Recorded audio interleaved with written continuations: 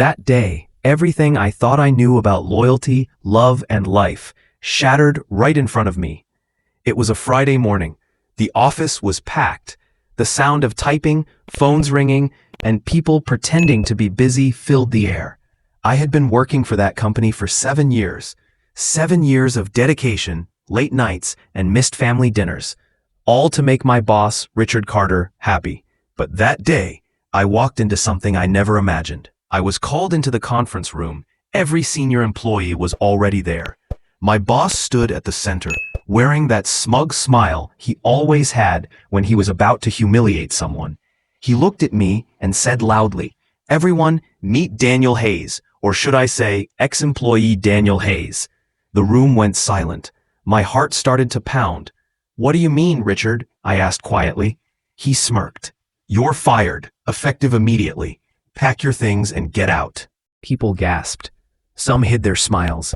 Others just looked down. I felt my throat tighten. After everything I've done? Why? Richard stepped closer. His cologne hit my nose. That same expensive brand I had once bought him as a gift. He leaned in and whispered, "Because I can, and because your wife told me she likes men with power." The words hit me like a bullet. My knees almost gave out. I blinked hard, thinking maybe I'd misheard. "What did you just say?" He chuckled and said it louder this time so everyone could hear. I said, "I'm dating your wife now. She deserves better than a loser like you." The office burst into whispers. Some even laughed. My world collapsed right there. Security came in, grabbed my arm, and dragged me out. I could still hear his voice echoing. "Get lost, Daniel. Don't ever show your face again." Outside the building, I stood in the rain. I didn't have a job. I didn't have a wife. And I didn't even have the strength to go home. My hands were shaking as I tried to call her. She didn't pick up. Then, a message came through. "Don't contact me again. I've moved on." That night, I sat in my small apartment staring at the wall. My phone buzzed, an unknown number calling. I thought it was a prank. I almost didn't answer. But something made me pick up. A deep voice said, "You don't know me, but I know everything about you. Your boss stole more than your wife." My chest tightened.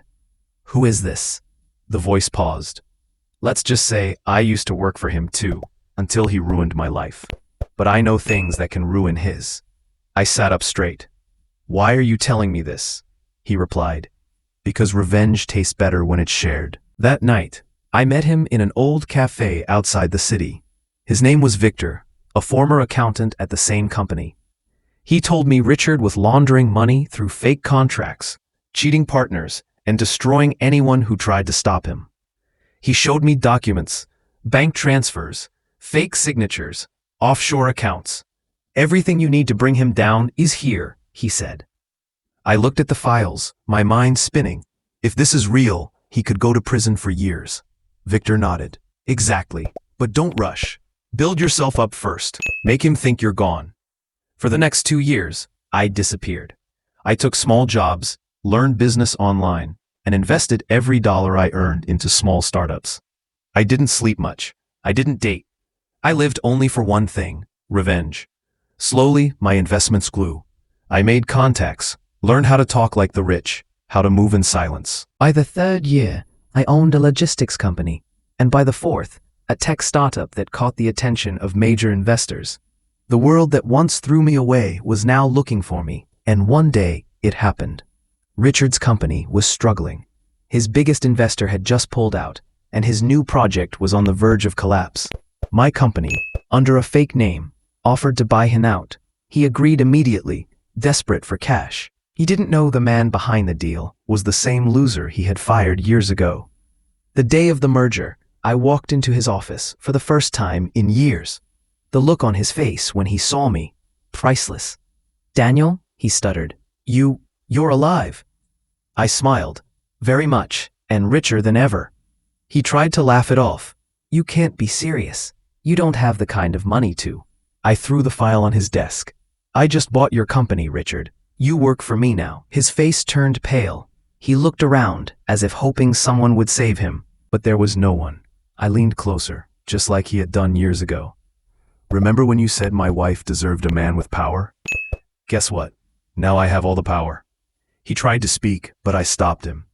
Oh, and before you say anything stupid, I know about the offshore accounts, the fake contracts, the stolen funds, every last dollar. His lips trembled. You can't prove that. I slid a flash drive across the table. Already did.